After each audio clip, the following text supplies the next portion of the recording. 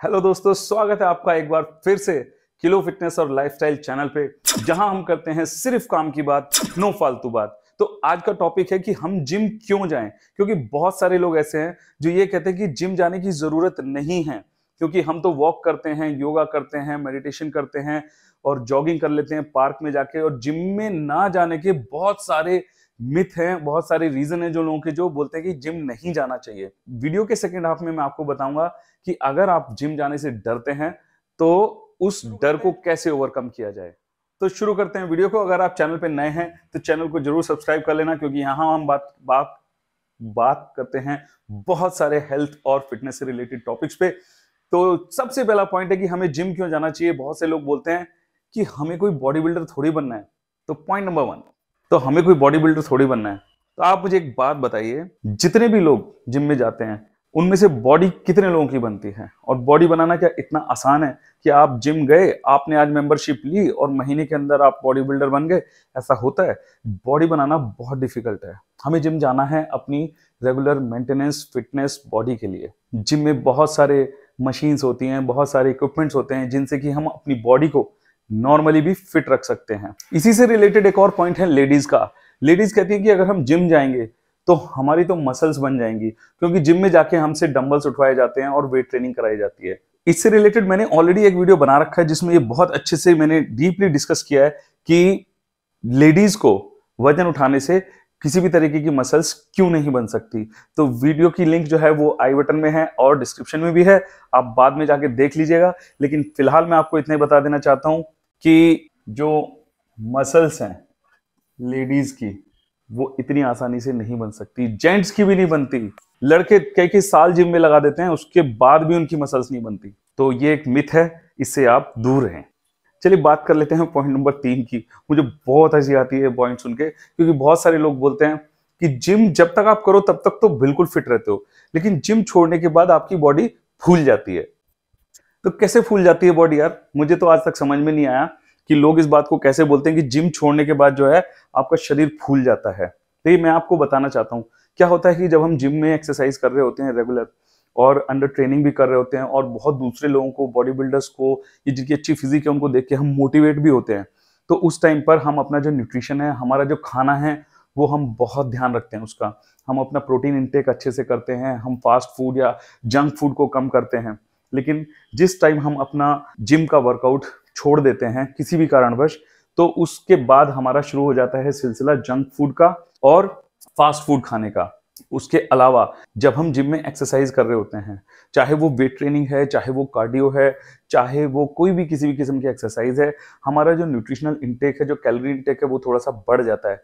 लेकिन जब हम एक्सरसाइज बंद कर देते हैं, जिम जाना बंद कर देते हैं, वो हमारा जो न्यूट्रिशन इंटेक है, जो कैलोरीज इंटेक है, वो फिर भी हाई ही रखते हैं बहुत सारे लोग, और उसकी वजह से जो है वेट गेन होता है। लेकिन इसका मतलब ये नहीं है कि जिम जिस दिन छोड़ा आपने और आपका शरीर फूल जाएगा, आप मोटे हो जाओगे। ये बिल्कुल ही बहुत बड़ा मिथ है। पॉइंट नंबर 4 है मेरा इस बारे में कि लोग बोलते हैं कि अगर जवानी में आप अपनी यंग एज में बहुत ज्यादा जिम करोगे तो फिर बुढ़ापे में आपकी हड्डियों में दर्द होगा। ये बिल्कुल ही एक बहुत बड़ा मिथ है। ऐसा नहीं होता, बल्कि इसका उल्टा होता है। अगर आप जिम में एक्सरसाइज कर रहे हैं, अपनी मसल्स को और अपनी बोन्स की डेंसिटी को आप बढ़ा रहे हैं, तो वो बाद में जाके कमजोर कैसे हो जाएंगी? वो तो उल्टा आपको ओल्ड एज में जाके हेल्प करेंगी। तो अगर आप कंटिन्यूसली अपनी बॉडी को वेट ट्रेनिंग या स्ट्रेंथ ट्रेनिंग करते हैं, तो बुढ़ापे में आर्थराइटिस और बोन्स की प्रॉब्लम्स, ये सबसे उल्टा आपको राहत मिलेगी। ऐसा तो बहुत कम लोगों को है। कितने लोग ऐसे आप जानते हैं जो जिम जाते थे और उनको हड्डियों की प्रॉब्लम हो गई? वो बुढ़ापे में भी, ओल्ड एज में भी काफी फास्ट वॉक करते हुए आपको मिलेंगे, अपने अच्छे से एक्सरसाइज और दिनचर्या को करते हुए मिलेंगे वो लोग जो रेगुलर जिम करते हैं। तो 4 पॉइंट की हमने बात कर ली। अब बात कर लेते हैं 5वें पॉइंट की। 5वां पॉइंट है कि जिम की फीस का खर्चा बेमतलब। ये बिल्कुल भी ऐसा आप ना सोचें, क्योंकि जो पैसा हम जिम की फीस का या ट्रेनर की फीस का दे रहे हैं, वो हमारा खर्चा नहीं है, वो हमारा एक्सपेंडिचर नहीं है, वो हमारा इन्वेस्टमेंट है। वो इसलिए कि जब हम रेगुलर जिम जाते हैं तो हमारी नॉर्मली बॉडी जो फिट रहती है, जैसे कि आपका blood pressure, cholesterol, diabetes, thyroid, ये सारी प्रॉब्लम्स हमें कम होती हैं। और इन्हीं का खर्चा हमें जब डॉक्टर के पास जाते हैं तो डबल हो जाता है। जिम का खर्चा कितना होता है आप खुद देख लीजिए। डॉक्टर का खर्चा कितना है, 500 रुपये तो डॉक्टर एडवाइस के ही ले लेता है। उसके अलावा दवाइयों का खर्चा, उसके अलावा ब्लड टेस्ट, ये वो और रेगुलर, और उसके अलावा अगर कोई बीमारी हो जाती है तो उसके साइड इफेक्ट दवाइयों के कितने हैं, ये भी तो हमको देखना चाहिए। अपनी सेहत को अच्छा बनाने के लिए जिम जरूर ज्वाइन करें। और जिम क्यों जाएं, इसमें आखिरी पॉइंट जो मेरा है, gym only for young boys after 30-35 years. Walk करो अपने शरीर के हिसाब से। जिम करने से आपकी बोन डेंसिटी, आपकी मसल्स स्ट्रांग होंगी, आपको इंजरी के चांसेस कम होंगे, आपको कोई भी बीमारी के चांसेस कम होंगे।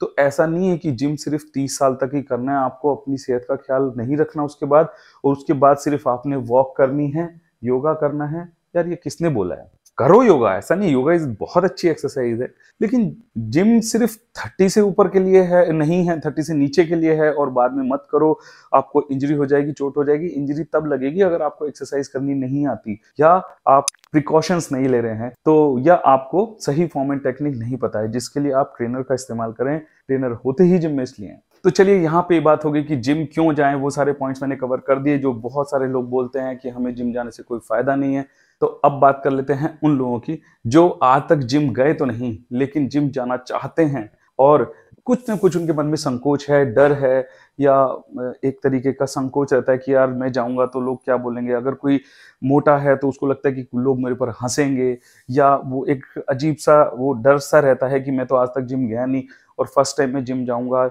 इतने सालों बाद, तो लोग क्या बोलेंगे, या इस तरीके की जो भी बातें हैं वो मैंने पॉइंट्स इसमें कवर किए हैं, आप जरूर देखिए। Point number 1, go with gym buddy. Gym दोस्त के साथ जाओ।